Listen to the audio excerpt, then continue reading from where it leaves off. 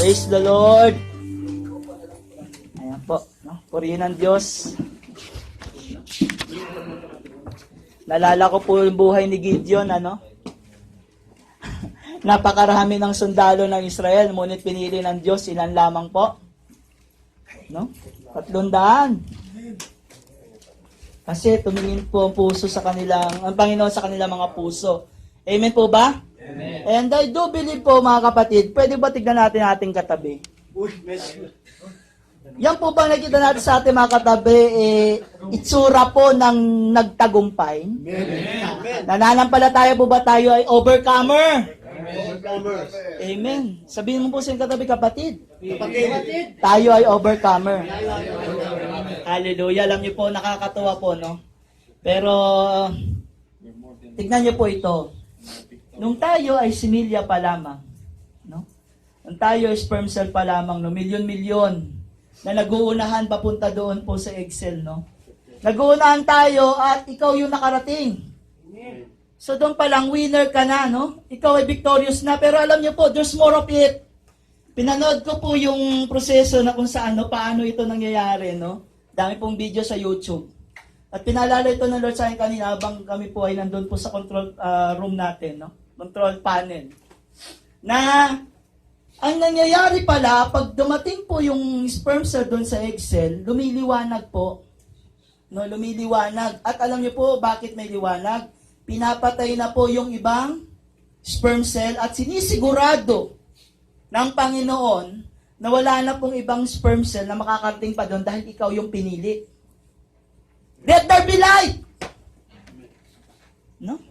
Doon pa lamang sa tiyan po ng ating ina, pinili natin ng Panginoon para maging liwanag. May purpose na po siya sa atin, pinili niya tayo.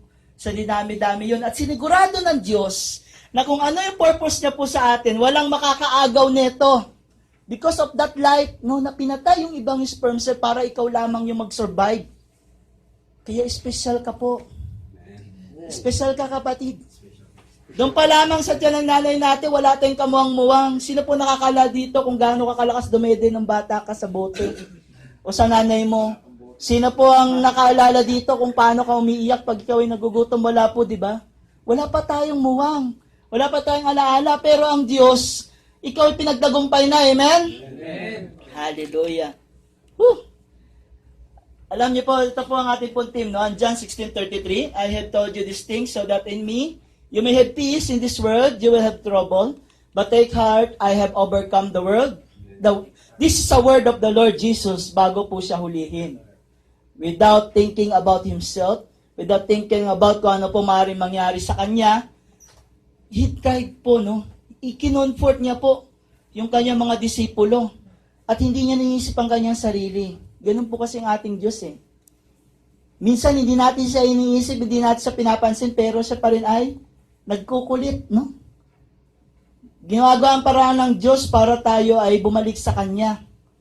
No, minsan, sabi po dito sa John 20 verse 31, but these are written that you may believe that Jesus is the Messiah, the Son of God, and that by believing, you may have life in His name. No, ito po yung panghuli po sa Book of John, no, na sinabi po, these are written. Isinulat ito. No? Ang tanong po, binabasa po ba natin yung sulat ng Diyos? Humina, no? Praise the Lord.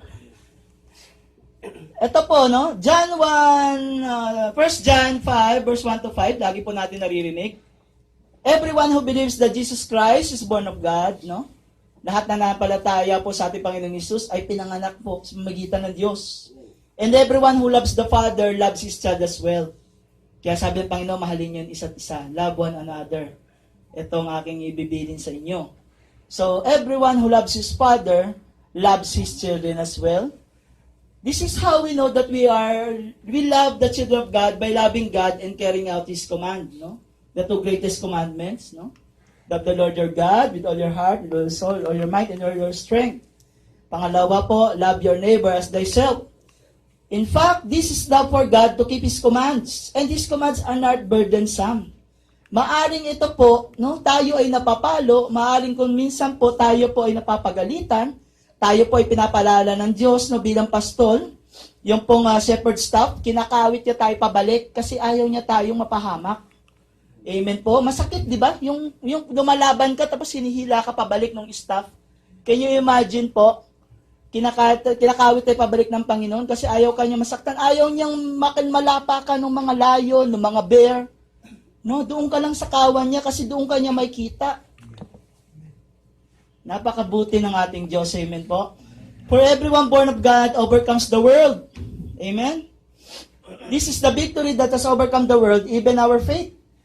Who is it that overcomes the world? Only the one who believes Jesus is the Son of God. So, huwag tayo maniniwala sa iba pa. Baka naman po, nag-doubt pa tayo na ang Panginoong Hesus ang bugtong na anak ng Diyos. No? John 3:16 to 17. Sinasama po yung 17. Bakit? Ano po yung John 3:16?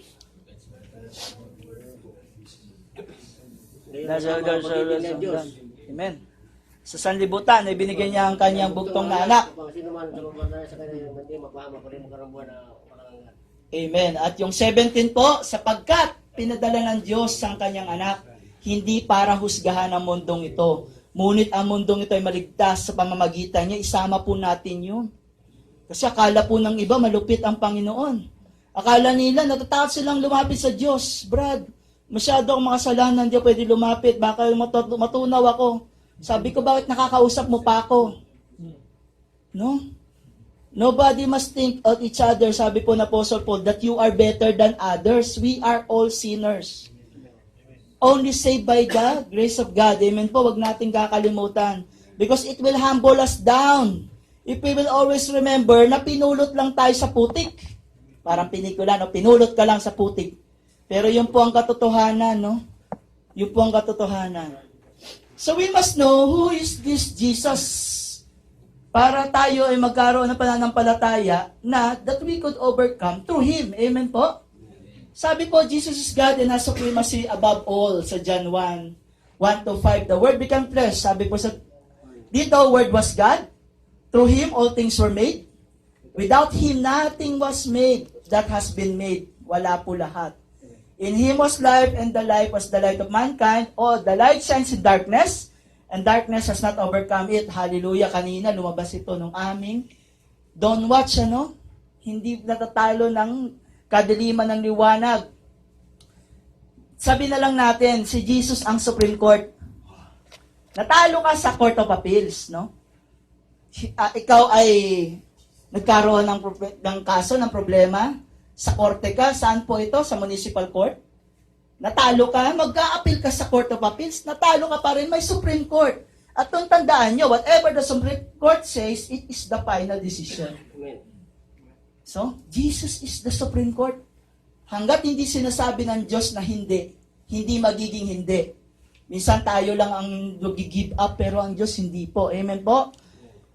John 1:12-13, no? Being the child of God, yet all who did receive Him, to those who believe in His name, He gave the right to become children of God. Children born not of natural descent, nor of human decision or husband's will, but born of God.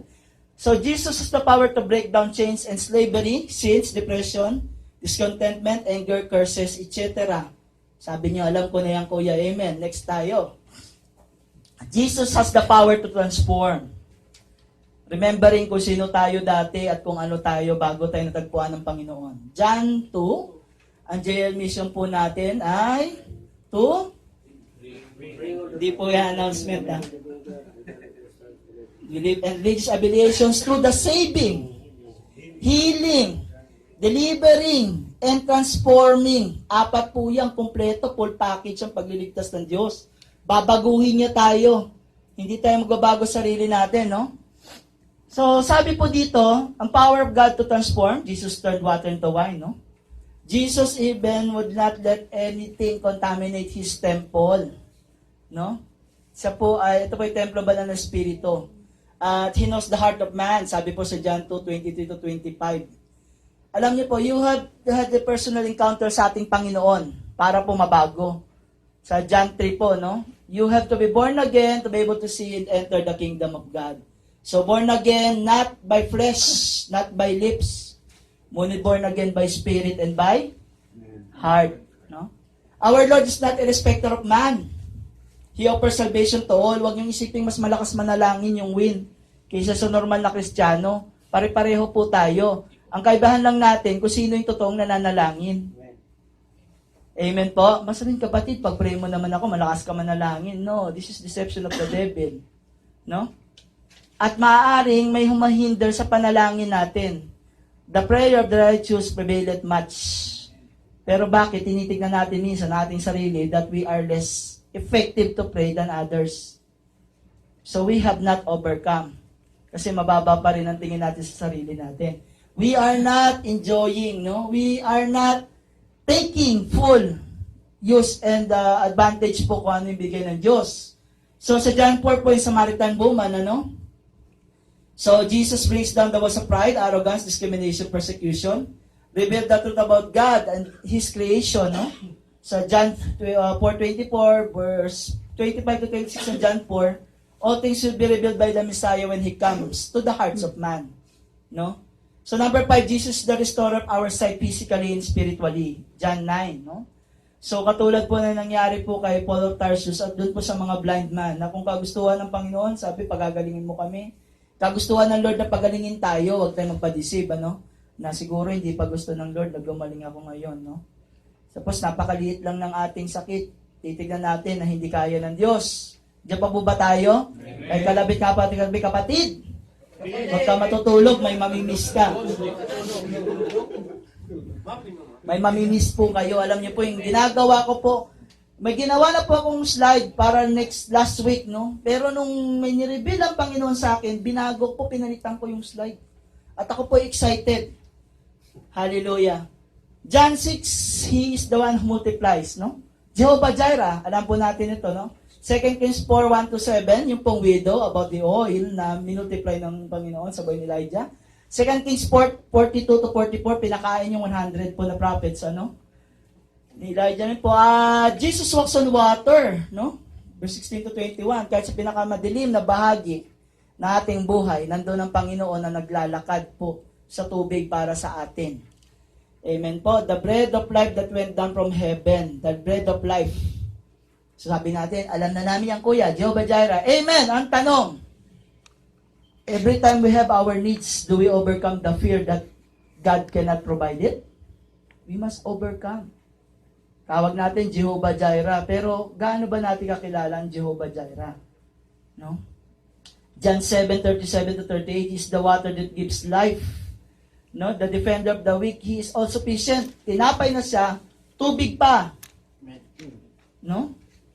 Mayroon ka ng panulak, may tinulak pa. May tubig ka na, may tinapay ka pa. Buo po ang Panginoon. Sa number 8 po, Jesus our good shepherd, John 10, no?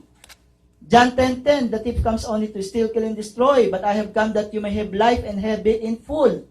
Jesus is our good shepherd. Amen po ba? The sheep hears my sheep hears my voice and they listen to me. Sabi ng Panginoon, Psalm 23, paborito po natin na the Lord is my shepherd, I shall not want. No?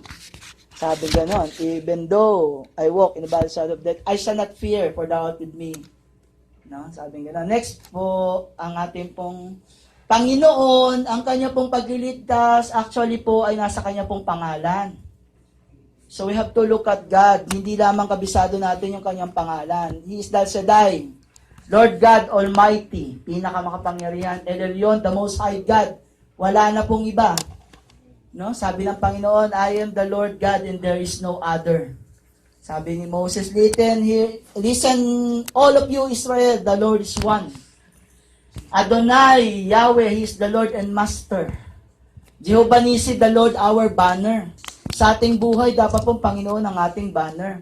Kasi pag ang Panginoon ang ginawa nating banner ng ating buhay po, tumatakbo lagi yung kalaban palabas. Kasi alam niyo po sa gera, bakit sila gumagamit ng banner? Ito po ay panakot, ito po yung seal, no, nung kingdom, no? Kung sino po iyon. At kung sino po yung huling banner na nakatayo, siya po yung nanalo sa digmaan.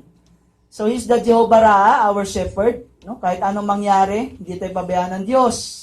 He's the one who anoints our head with oil. At when the sheep, no? Ang tupa po in-anoint ng head sa ulo, nilalagyan po ito ng shepherd para hindi po siya dapuan ng sakit, no? Yung mga kuto at kung ano pa man po. Kaya po ito rin po. Yung kuto po, yung mga lice, L-I-C-E, hindi L-I-E-S. Ito po ay pagpapakita po ng sakit, ng karamdaman. He is the Jehovah Shammah. No? Lagi natin siyang kasama. The Lord is there. Jehovah Rapha, our healer. Jehovah Tzidkenu. We cannot be righteous with ourselves. But He is our righteousness. So, Jehovah Mikodeshem, the Lord who sanctifies. No? Kaya yung iba, baka po nagda-doubt pa kayo kung tayo nga pinatawad na ng Panginoon sa ating kasalanan dati. Alam niyo po, the devil can only accuse us day and night. Hanggang sa pagbalik ng Panginoon, yun lang yung kayang gagawin hanggang siya po ay matalo. Amen po? So, Elolam, the everlasting God, Jesus the same, no? Hebrews 13:8, no? Elohim, the God.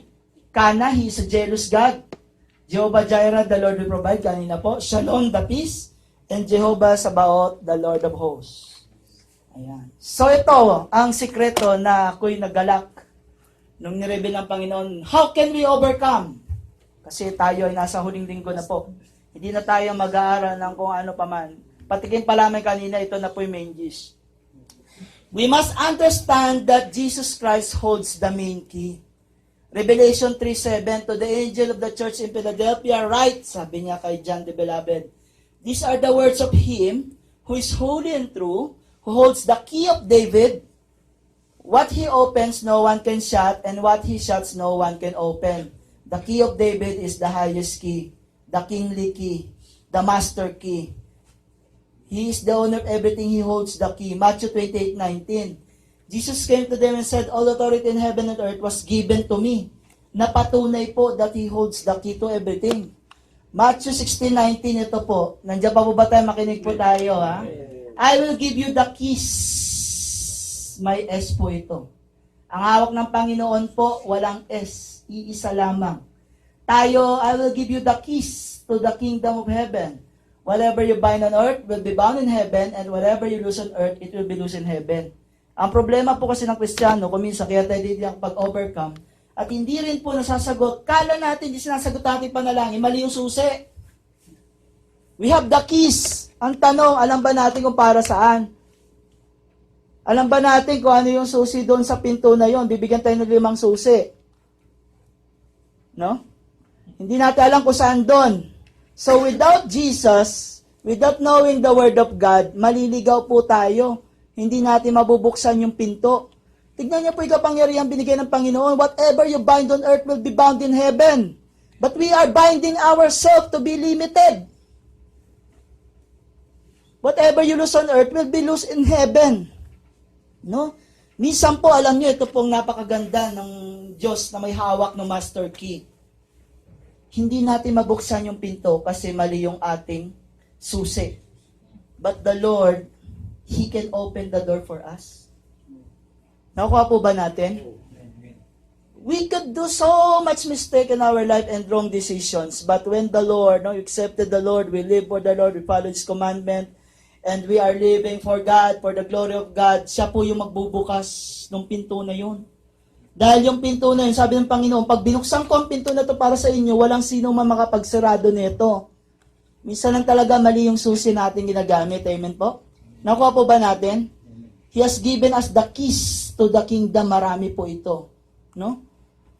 Kaya rin sinabi ng Panginoon sa John 15:4-8, remain in me. As I also remain in you, no branch can bear fruit by itself. It must remain in vine. Neither you bear fruit unless you remain in me. Sabi ng Panginoon. Sa verse 5, lagi natin ito naririnig, I am the vine, you are the branches. If you remain in me and I in you, you will bear much fruit. Apart from me, you can do nothing. So, if we are apart from the master key, wala tayong magagawa. Amen po? Hindi pa po ba tayo?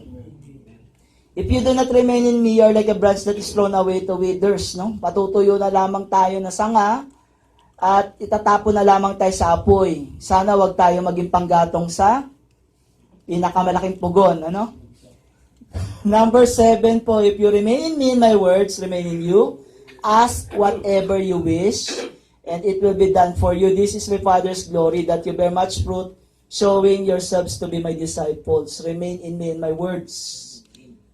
Sabi niya, kailangan natin manatili sa kanyang salita bago tayo hihiling. Ask whatever you wish. Hindi niyo po nakita, isa po siyang verse. Pero yung mga tao, ginagawa, ask whatever you wish, it will be done for you. Nawala po yung remain in me in my words. Kailangan po maingat tayo. Yung isang verse po ng Biblia, wala po tayo babawas. Kasi nandun po yung konteksto. Parang yung Matthew 6:33.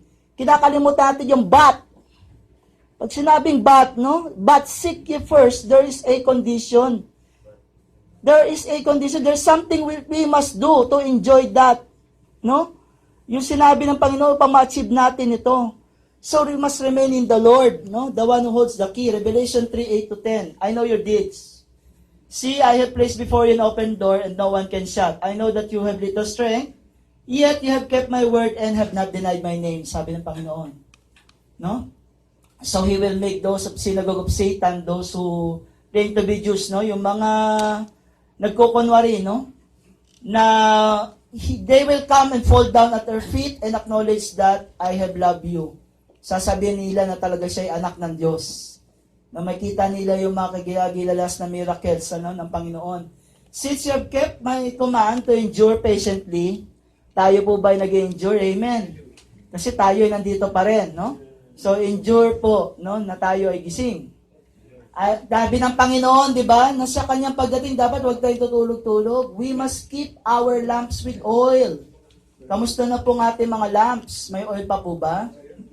Baka naman po tuyot na yan at sinasaid nyo na lang. Kung baga sa gasolina, sabi nga ni Kuya Ronnie, no? Kuya, wala ka na yatang gas. Hindi, Kuya, may konti pa yan. Baka gano'n na lang, no? Paano pag naubos na yung reserve? Huwag tayo maninigurado. Kaya sabi ni Kuya Ronnie, pero Kuya, magpaparipil na rin ako, no? Mamaya po magpapagas na tayo kasi ayaw niyang masaid. Kasi pag nasaid, tigil ang sasakyan. No? So, dapat tayong manigurado. Since you have kept my command to endure patiently, I will also keep you from the hour of trial. That is going to come on the world to test the inhabitants of the earth. Talagang may test na darating. But if we would endure, no? And stay to the command of the Lord, no? He will keep us from the hour of trial. Amen po ba? Gusto po ba natin yon? Amen. No? He will keep us from the hour of trial. Luke 10:17-18. The 70 to return with joy, ito yung pinadala ng Panginoon, no? Upang manggamot, upang gawa ng mga bagay sa kanyang pangalan. Sabi nila, Lord, even the demons submit to us in your name. Sabi ng Panginoon, I saw Satan fall like lightning from heaven. I have given you the authority to trample on snakes and scorpions and to overcome all power of the enemy. Nothing will harm you. Sabi, yung pumasok dyan bro, hindi, baka may mumo. Kristyano ka na. No? Minsan, leader na. Baka naman may multo dito, kuya. Natakot pa tayo sa multo. He that is in you is greater than the spirit in this world, no? He is in you is greater. Pero bakit takot pa kayo sa multo? Ang hilig niyo manood ng horror movie. Walang binibigay kundi fear, kaya nga horror movie, no? Kaya lahat na lang natatakot, no? Alam niyo po, however, do not rejoice that spirits submit to you, but rejoice that your names are written in heaven. Amen. Amen. Tandaan po natin yan. We must rejoice. Sabi nga po ni Kuya Charlie, no? Yung pagbalik natin sa ating first love, nakakalimutan natin, at ni Kuya Leo yun, nung prayer meeting, nakakalimutan natin. Sabi ko, Charlie, ano yung naramdaman natin nung una natin tinanggap yung Lord? Ito ba ay nakalimutan na natin? Ito ba ay lumipas na? Tayo pa rin ba ay magpapatuloy? Kaya pa kaya natin sabihin ngayon na, Panginoon, kahit ito na yung huling araw ko at hindi ako sigurado kung gigising bukas ngayong araw nito, maglilingkod ako sa iyo, Lord. No? Kasi sabihin natin, next week na lang ako magsisimba. Ang tanong, buhay pa ba tayo next week? Do not boast about tomorrow, the Lord says. No? Then di natin alam kung ano ang darating bukas. Parang yung pinapaalala po, yung nakaraang preaching, di ba? Yung hangal na mayaman, no? Sabi ng Panginoon, hangal, sa gabing ito, kukunin na kita. Do not boast of anything, material thing that we have. But sabi ni Apostle Paul, if I should boast, I will boast in Christ, no? And what He has done in me. Amen po. Matthew 10:28-33, kanina lumabas din ito eh. Do not be afraid of those who kill the body, but cannot kill the soul. Rather be afraid of the one who can destroy both soul and body in hell. No? So, we are more precious than two sparrows, ano? Yet, one of them will fall to the ground outside your father's care. Hindi po pinababayaan maski ang ibon sa ilang. So, don't be afraid. You are more worthy than any sparrows. 32. Whoever acknowledges me before others, I will also be acknowledged before my Father in heaven. But whosoever disowns me before others, I will disown before my Father in heaven. Wag po tayo magagalak na niyuyurakan yung pangalan ng Panginoon sa ating harapan. No, we can speak with love. Kahit hindi tayo makipag-away, pero dapat makita po sa atin tayo Kristiyano na hindi natin papayagan na kanilang ganunin na lang yung pangalan ng Diyos, no? Na minsan sabi nila, peke naman yung ano nyo eh. Ito si Kristo, hindi mo pinako eh. We can speak with love, no? Because love casts out all fears. Takot silang tanggapin ng Diyos kasi ang akala nila hindi siya tunay na Diyos. So do not be a secret agent or CIA, no? Hanggang Friday lamang na Kristiyano. You can't be a part-time Christian expecting full recovery o full blessings. Part-time ka lang eh. Maski nga sa giving, sabi ng Panginoon, by the amount you give, no? Yun rin yung amount na i-receive mo pabalik, no? So, do not be troubled on the news in CNN or ABS-CBN, but find your peace, assurance, and joy on the SON. Kuha po ba natin? Do not be troubled on the news on CNN and ABS-CBN, but find your peace and assurance and joy on the SON, the Son. Amen? Amen. Praise God. So, ito po. Sabi po dyan, the ship that will not obey the helm would have to obey the rocks. Sino ang may hawak po ng helm, no? Yung pong manibela po ng ating barko. Dahil pag tayo po ay hindi sumusunod doon sa may hawak manibela, durog tayo doon sa mga bato sa dagat. Ito po ay minamaniobra ng kapitan pag may bagyo. Iniiwasan niya po yung malalakas na alon, iniiwasan niya mga bato. Pero pag tayo ay nag-disobey doon sa direksyon na binibigay ng Diyos, sigurado tayo ay doon for destruction. This is an English proverb, but this is powerful. Amen. The travel of an arrow. Minsan, kala natin masakit. No? Sabi kanina na 1 John 5:3, hindi burdensome ang command ng Diyos. Bakit? The travel of an arrow is determined on how it was stretched. Alam niyo po, pag kayo tumatarget, di ba, ginagandahan niyo yung batak. At ito ay pinafocus niyo ng maigi to reach his goal. At pag pinakawalan niyo ito sigurado, sa pool, di ba? Ganun po yun, masakit kung minsan. Minsan feeling natin parang napupunta tayo sa limit. Binabatak tayo, pero ang isipin po natin, yung ating pupuntahan, we will reach the target. Amen po. This is the travel of the arrow. At ito po, ang ating pong sinasabi ng Panginoon sa atin, ano? Na kung sino man, no? Ang magtitiis hanggang wakas ay siya maliligtas. At sabi niya po, be steadfast, immovable, because we know that all our works in the Lord will never be in vain. Amen? Yan na. Conclusion na po tayo. Praise the Lord, sabi ng mga kapatid. Galatians 2:20. Yan. Bakit kaya ang Kristiyano, kung kailan conclusion, doon nawawala yung antok? No? Hallelujah. Galatians 2:20, I have been crucified with Christ, and I no longer live, but Christ lives in me. The life I live now in the body, I live by the faith in the Son of God, who loved me and gave Himself for me.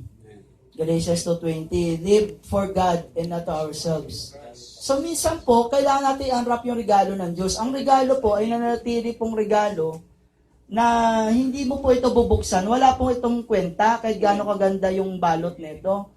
Minsan nakala natin kay Jesus, itong mga tao ngayon sa mundo, naalala pag sabi mong Jesus, yung nasa manger na baby. Yung parang ang cute-cute, no? Na helpless, na baby na nakahiga doon sa manger, no? At yung tao na siya ay sasakdal na ni Poncio Pilato, siya ay pinagsisigawan ni Paco sa krus, ay tahimik pa rin. Minsan ganun ang tingin natin sa Panginoon, pero hindi po. Jesus is more than that. Pagbalik po ng Panginoon, all eyes will see Him. And all the earth will cry. They will be amazed, no? Sa Panginoon. Ang Panginoon po, pag tinignan natin siya, hindi lamang dapat yung cute na baby na parang helpless, no? Na kailangan pang buhatin ng kanyang ina, no? Kailangan po tignan natin, Panginoon, bilang hari po. bilang makapangyarang hari that was resurrected by God for our sake. Sabi na Apostle Paul, kung paano po ang Panginoong Jesus was raised from the dead, ganoon rin po ang ating patutunguhan. Amen po? Gusto po ba natin mabuhay muli? Gusto na natin maging mommy forever? Na tayo nakabalot na lamang at patay, ano? Na pan-display lang tayo na Kristiyano na para tayong artifact sa museum. Mabuhay po tayo! Mabubuhay tayo! Amen. Amen po. Ang simbahan po, hindi po ito museum ng mga santo. No, ito po ospital. No, at sa mga dating dito, tandaan natin na tayo rin po pinagaling ng Diyos, kaya po hindi po tayo dapat na isipin sarili natin much more better than them, but we must lead them how the Lord have led us. Dapat ganun rin po natin sila ililid. Amen po. Matthew 11:28-30, kung pagod ka na, sabi ng Panginoon, come to me all of you who are weary and burdened. I will give you rest. Take my yoke upon you and learn from me, for I am gentle and humble in heart. And you will find rest in your souls, for my yoke is easy, my burden is light. Kahit anong aspeto po ng kapaguran, hindi lamang sa trabaho, maging sa ministry. Sabi ng iba, kuya, nakakapagod yung ministry, ang dami nating ginagawa. Come to the Lord. Rest on the Lord. No? Hindi po yung kuya, hindi mo na ako pupunta kasi papagod ako kuya, hindi mo nakatin ng 2 service. Papahinga muna ako, naghanap ng sariling kapahingahan. Ang kapahinga natin sa Diyos, at paano natin makikita ang kapahingahan sa Diyos? Kailangan po, tayo ay nasa presensya ng Diyos. Kung ikaw ay may sakit, di mo kailangan mag-skip ng gawain. Pumunta ka sa gawain. Kasi, in the presence of the Lord, no, sabi po ng Biblia, there is healing. There is peace. Amen po. Sa presence ng Lord. Yung ang babaeng dinudugo ng 12 taon. Mahawakan ko lamang ang lalayan ng damit ng Panginoon. Ako'y gagaling na. Yung presence ng Lord. No? John 14:27, peace I leave you. My peace I give you. I do not give to you as the world gives. Do not let your hearts be troubled. And do not be afraid. Napakaganda po na pangako ng Panginoon. Iniwan niya po yung kanyang kapayapaan sa atin. Kung paano siya ay naging payapa po, na isipin mo naman ikaw ay papanganak para ikaw ay patayin, at ikaw ay pambayad sa utang na hindi mo namang ginawa. Ganun pa rin po ang kanyang kapayapaan at pagtitiwala sa Diyos. Yun ang iniwan niya sa atin. Pero ang problema, yung kapayapaan na yun, kung minsan iniiwan natin. Hindi natin sinasama lagi. Amen po? So, Colossians 1:8-15. Mahabang conclusion ito. See to it that no one takes you captive through hollow and deceptive philosophy, which depends on human tradition and elemental spiritual forces of this world rather than Christ. No? For in Christ all the fullness of deity lives in bodily form, and in Christ you have been brought to fullness. He is the head over every power and authority. In Him you were also circumcised with the circumcision not performed by human hands. No? Your whole self ruled by the flesh was put off when you were circumcised by Christ, no, sa Spirit, having been buried with Him in baptism. Sino po yung mga nabaptize na, no? Amen? Ito po ay requirement po ng pagiging Kristiyano na tayo ay magpabaptize, no? Dahil nakalagay na po ito sa Matthew 28, no? 18, na kailangan po baptized in the name of the Father, the Son, the Holy Spirit, in which you were also raised with Him to your faith in the work of Lord who raised Him from the dead.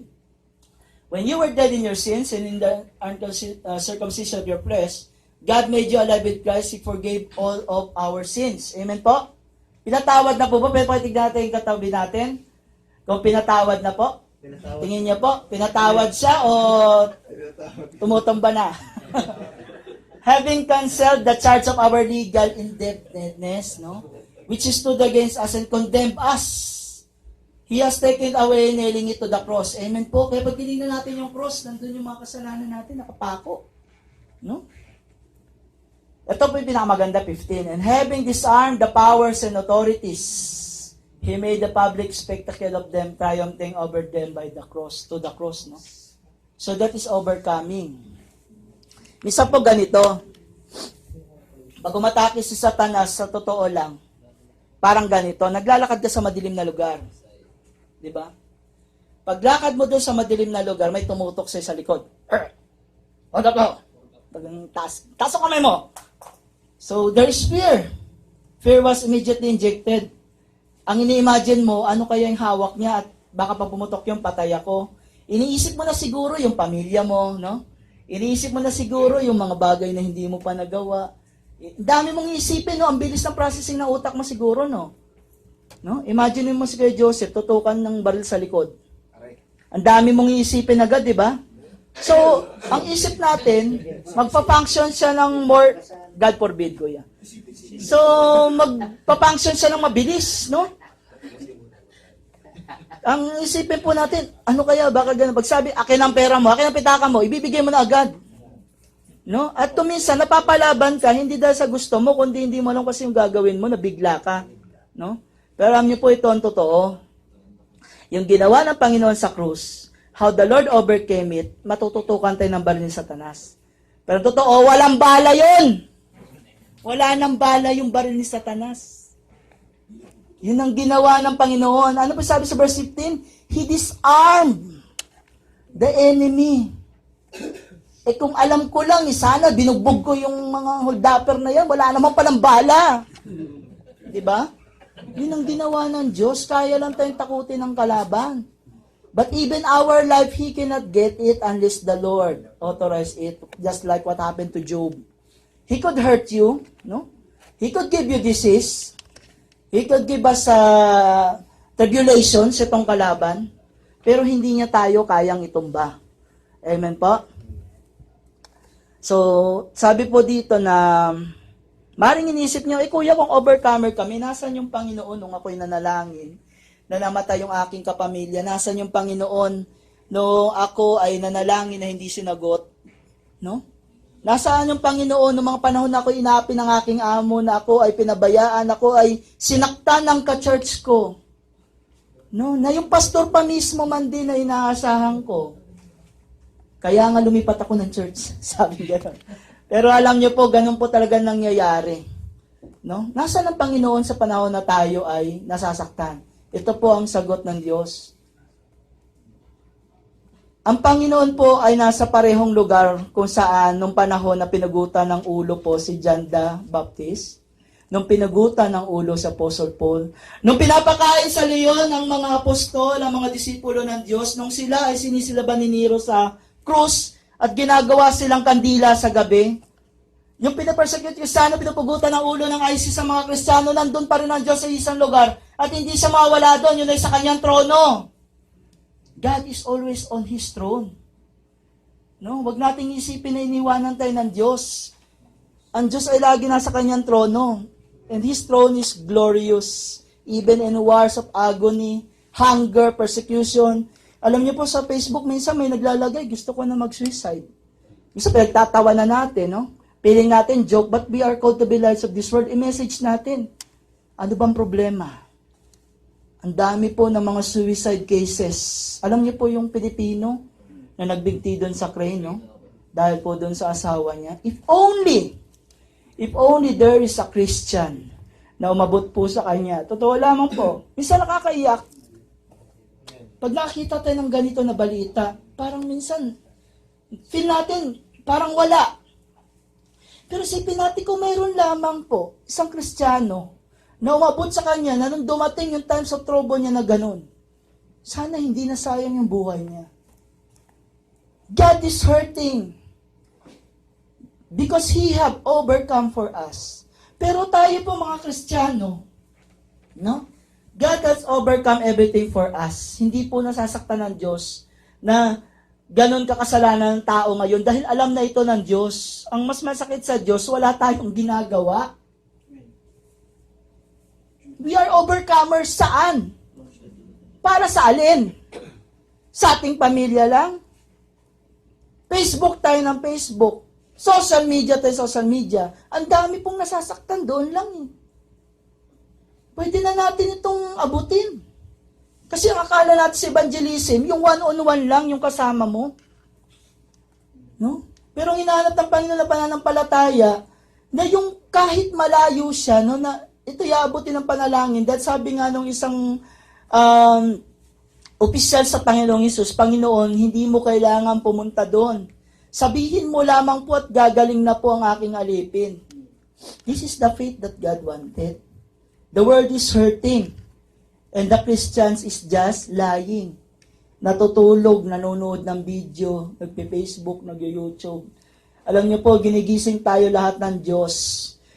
Pagbalik po ng Panginoong Hesus, may kita natin po sa kanyang kamay at sa kanyang paa yung mga pako, no? Yung pinagdaanan ng pako.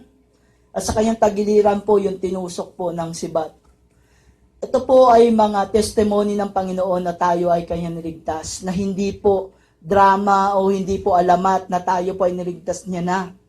Ngunit pagbalik niya, nandun po yun. Kaya po pag may nag-claim na siya po ang Panginoon, sa biglang babalik po daw, nagagaling sa langit, hanapin natin agad yun. Kasi pag wala yun, it is the devil. No? Even if he performs miraculous works, no? But he is trying to steal what is due for God. This is what Satan wants, the glory that's due to God. He wants the people to worship Him. Pag may dumating po, nasabing siya ang Panginoon, nail marks, spear on the side. Dahil pag wala po yun, hindi siyang nagligtas sa atin. Amen po. Tignan niyo po yung pag-ibig ng Diyos. Sabi ng Panginoon sa Psalms, as Isaiah, see, I have engraved you in the palm of my hands. No? Forever testimony na tayo niligtas ng Diyos doon sa krus. Ang krus na wala na. Sino po nakakalang kung nasaan yung krus na pinagpakuan sa Panginoon? Nasaan yung mga pako?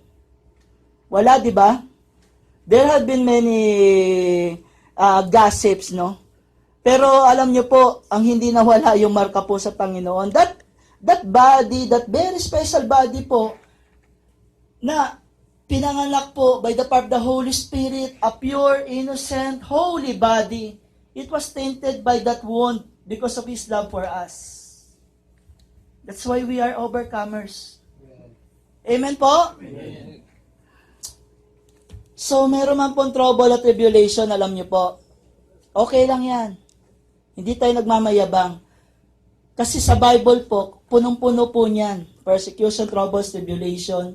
Hindi po nawawala yan. Sabi ni King Solomon sa Ecclesiastes, kung ano ang nangyari noon ay nangyayari ngayon at mangyayari muli bukas. But this is for sure. If you have read the Bible, at the end, God wins. Panalo ang Diyos. Nagtagumpay ang Diyos sa huli. Nakakatakot basahin ang Book of Revelation, ngunit sa huli, napakasarap basahin ang Book of Revelation. Kasi kasama tayo ng Diyos sa kanyang tagumpay. Napakasarap. Maraming Kristiyano takot sila basahin yung Book of Revelation. Scary daw, scary po, kuya. Pero alam nyo, nandun po sa huli. Kasama tayo ng Diyos, no? Kasama tayo ng Diyos. He will rule with us, no? Kasama tayo magro-rule doon po sa bagong mundo. Amen po. Isaiah 53:4-5. Gusto kong balikan tong verse na to. Surely, He took up our pain and bore our suffering. Yet, we consider Him punished by God, stricken by Him, afflicted. Ito po yung mga Jews, ano? But He was pierced for our transgressions. He was crushed for our iniquities. The punishment that brought us peace was on Him. And by His wounds, healed. We are healed. No? Hindi po gumaling yung sugat ng Panginoon. Hanggang ngayon nandun pa rin po yung kasi mahal na mahal niya tayo. Kaya ngayon tao, pag sinabi mo, Ga, I love you. Sabi ng tao, sige nga, patunayan mo nga. Sabi ng Panginoon na no. Hallelujah. He loves us so much that He would die and He died for us. Amen? So, pwede po ba tayong tumayo po? Ito pong awitin pong ito. Una ko po itong narinig, yung pong anniversary po dun sa amin sa Rizal Nueva Ecija. And this is a song po, yung complete, that is telling us, no, to hope, that blessed hope po, that we will be complete when the Lord returns. Sino pong umaasa that the Lord will complete us when He returns? He who has begun a good work in you shall complete it until the day of the Lord Jesus Christ. He will complete us. Ngayon tayo ay nasasaktan. Ngayon tayo dumadaan sa pagsubok sa hindi kasiguraduhan. But He will complete us. Ito po ang ating pag-asa. Tatapusin ng Diyos. All good thing comes from above, coming from the Father of lights. No? Ano man po ang mangyari, all things works for good for him that love the Lord. Ano man ang mangyari, hinahanap ng Panginoon yung kaya natin sabihin, salamat Panginoon. Oo, maaaring bukas tayo ay isa sa mga matanggal sa ating trabaho. Pero pwede pa rin sabihin natin na, salamat Panginoon. So, sabi po dito sa kanyang chorus, we lift our eyes to the Lord. In your strength, I will break through, Lord. Touch me now. And let your love fall down on me. I know your love dispels all my fears. All fears will be casted away, no, at the presence of the Lord. Through the storm, I will hold on, Lord. And by faith, I will walk on, Lord. Do we have that faith? Sabi ng Panginoon, doon sa persistent widow ng kanya pong kinuwento ito, but when the Son of Man returns, will He find such faith on earth? Then I'll see beyond my Calvary one day. We are carrying our crosses. Mabigat ito. Masakit ito.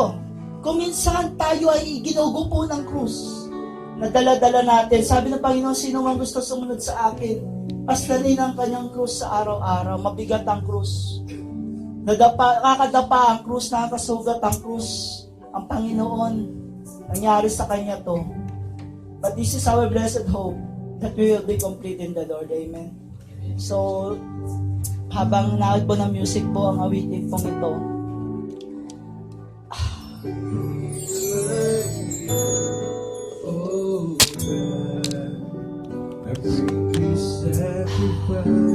ay,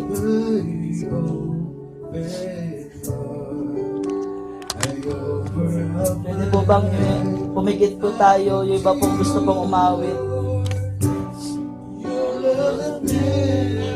Let's imagine po paano po tayo babalik sa ating first love po sa ating Panginoon. I am, oh God. Let God touch our hearts right now. My open heart, I offer up my life. I look to you, Lord. Your love that never ends restores me again. So I lift my eyes to you, Lord. In your strength I will make you, Lord. Touch me now. Let your love fall down on me. I know your love dispels my fears. Through the storm I will walk on, Lord. And by faith I will walk on, Lord. And I see beyond my Calvary one day, and I will be complete in you. Hallelujah. From the start po, awitin po natin sa ating Panginoon personally. Here I am, oh God. I bring this sacrifice, my open heart. I offer up my life.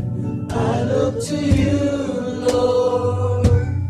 Your love that never ends restores me again. Say, so I live. So I lift my eyes to you, Lord. In your strength